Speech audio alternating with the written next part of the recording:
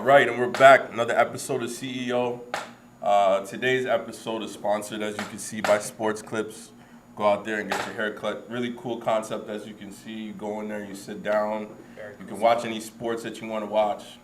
We want to thank them for letting us use this venue today. Appreciate that. So today, we have myself, Mr. Nocturnal himself. We have my boy, Junior. This is the president, CEO, Alpha Pack Financial. Yes, sir. And we have Chris, my partner of Nocturnal, as well as the operations leader for Corporate Traveler Toronto.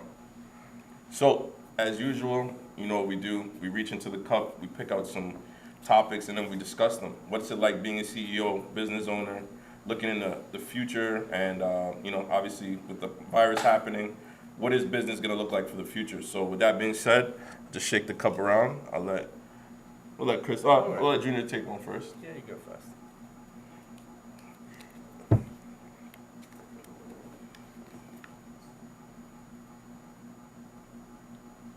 Cut out the middleman. Mm-hmm. All right, so I'll let you start it off on what you think about that in a business world, you know?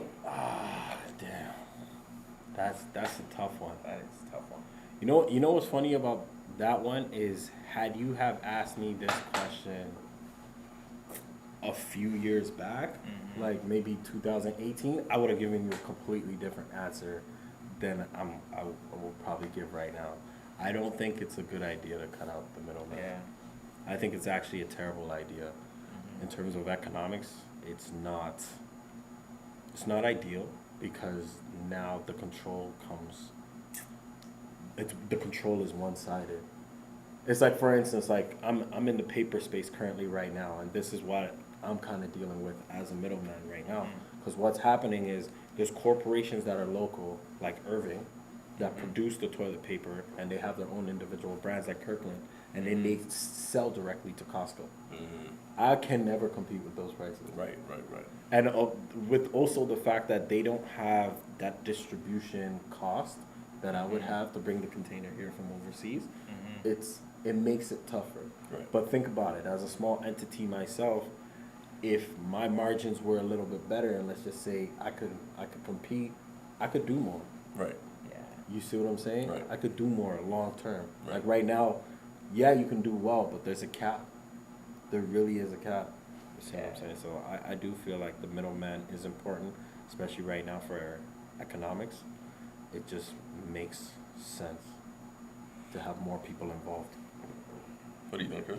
Yeah, speaking specifically from the travel industry as well, I think for anyone who doesn't know, the travel industry runs on a pretty low overall margin, net margin as well. So us being the middleman from a service perspective, the middleman is important. We're the one that's selling someone else's product.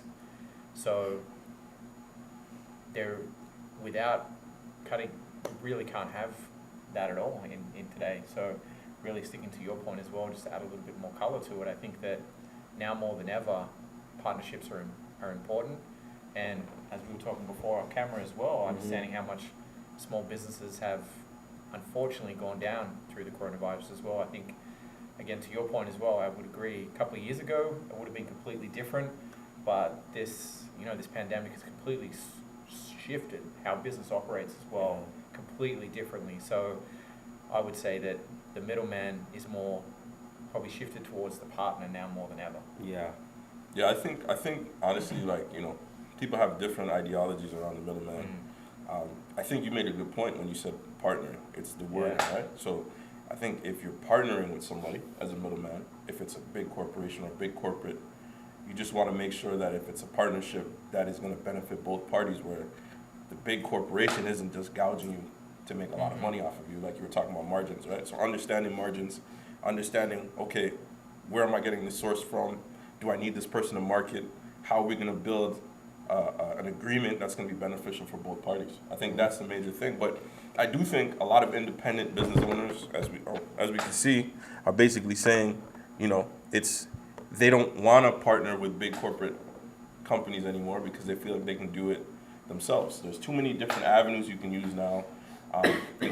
If you're talking about social media, you're talking about YouTube, things like that. People are like, I can directly get my product to consumer. Right. So with that being said, do you still believe that you still need to have the middleman there. If you can get a product on your own marketing directly to your fan base or your consumer, you think so? Honestly, it depends, because when you look at scale, there's a middleman in every level to True. it. So whether it's the corporation and the distributor or the buyer, Right. per se, or if it's the buyer and the sales team, Right. or if it's the sales team and the individual small business stores. Like let's just say for instance, like you look at the hair cream, you got the producer, you got the distributor or the buyer, and then you have the person that will sell it to the small individual shops. Right. So there's multiple middlemans or chains of business to actually make it work. So I don't think it's necessarily cutting and also I think understanding a margin and a spread makes sense. 100%. Right? Because everybody can eat as long as the price point makes sense. Right. If somebody is, let's just say, has a 50% margin and they cut it down back to, okay, I'll make 15%. So this person could make their 15% and their person could make their 15%. In between, there's more than enough for even the person who got the product. Like, let's just say that product originally was produced, it was $3. Right. By the time it hits the shelf, it's $20, but it's still good enough for the consumer to still buy it and see to work. Absolutely. But in between that, if three parties made $1.50, $2, Right. just based on the volume of the transactions, it still works. Yeah. It Yeah. still works. Yeah. Would you say it's beneficial if somebody wants to start a business? Is it beneficial to be the middleman? Yeah, you got to start somewhere. Right. Like, start where you are.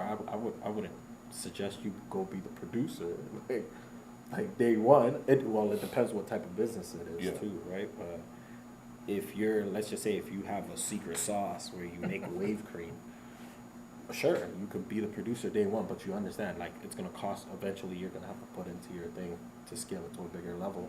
But if for somebody like me, toilet paper manufacturer, bro, I do not have 20,000 square feet Right. and $4 million worth of equipment to be the producer. Right. And I'm See what I'm saying? thinking too now, if you really break it down, like you look at like YouTube, Yeah. Uber, all these people Selling are someone middlemen. else's They're the product. middlemen. That's Yeah, what yeah, they yeah. do. Yeah. You know what I mean? But I think what they do well is they build platforms now that allow people to create and make money off of their platforms, Mhm. which I think is important going forward, especially in the climate that we're in.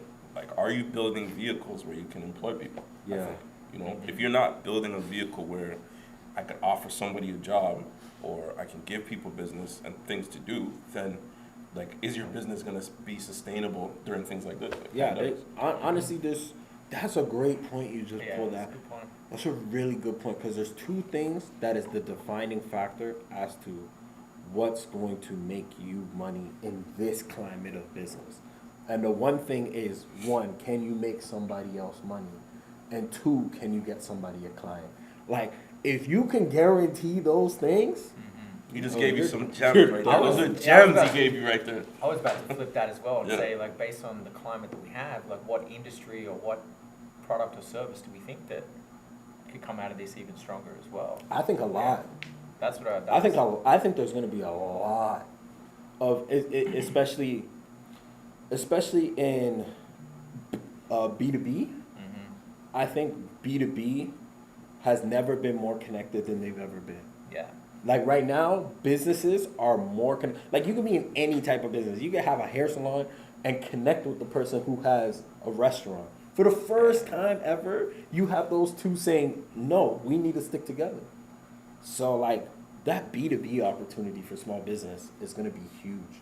And do you think that's the learnings coming out of what we just experienced, and also obviously we experienced a lot of heartache, and to my previous point, Yeah. how many small businesses, people are, looking a lot more towards collaboration. Oh yeah, big time. And I think with that being said, it's like, again, what are you doing in terms of where we can collab? Like, are you developing something, like you said? And I think you made a good point. There's going to be a lot of people thinking outside the box now. Yeah. Like, if this happens again, do I have something That could be, that can still be running and still be Right. sustainable during this time? You know what I'm saying? Yeah. Like, it's really going to come down to how much do you think outside of the box? Which is crazy, because all the creatives, I think, if you understand the business side of it and you can get the creatives into a place where they can create, Yeah. that's where you're gonna make money. You know what I Right. mean? Yeah, Right. it's interesting. And to your point earlier, we're talking about malls and retail shops as well. What's the future? What does that look like? Well, that too. Like, Yeah. who knows what? I think the brick and mortar, Question. the That's brick and a mortar crazy thing, question. the brick and Yeah. mortar world, I think is gonna, unfortunately, it's gonna die.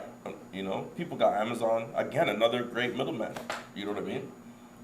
I don't know if it will die. It just shrank. It a will, lot. it will change though. Yeah, it has to evolve. It will definitely downscale for sure, but it's going to be customized. Yeah. It's going to be very customized in the sense of even when you walk into a store, it's attached to some piece of technology. Right.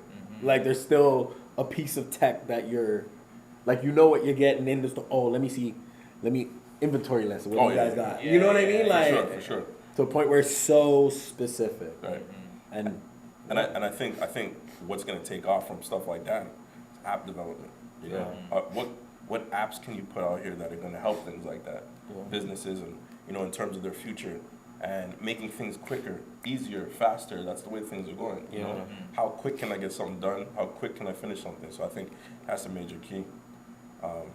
But yeah, great topic on that one.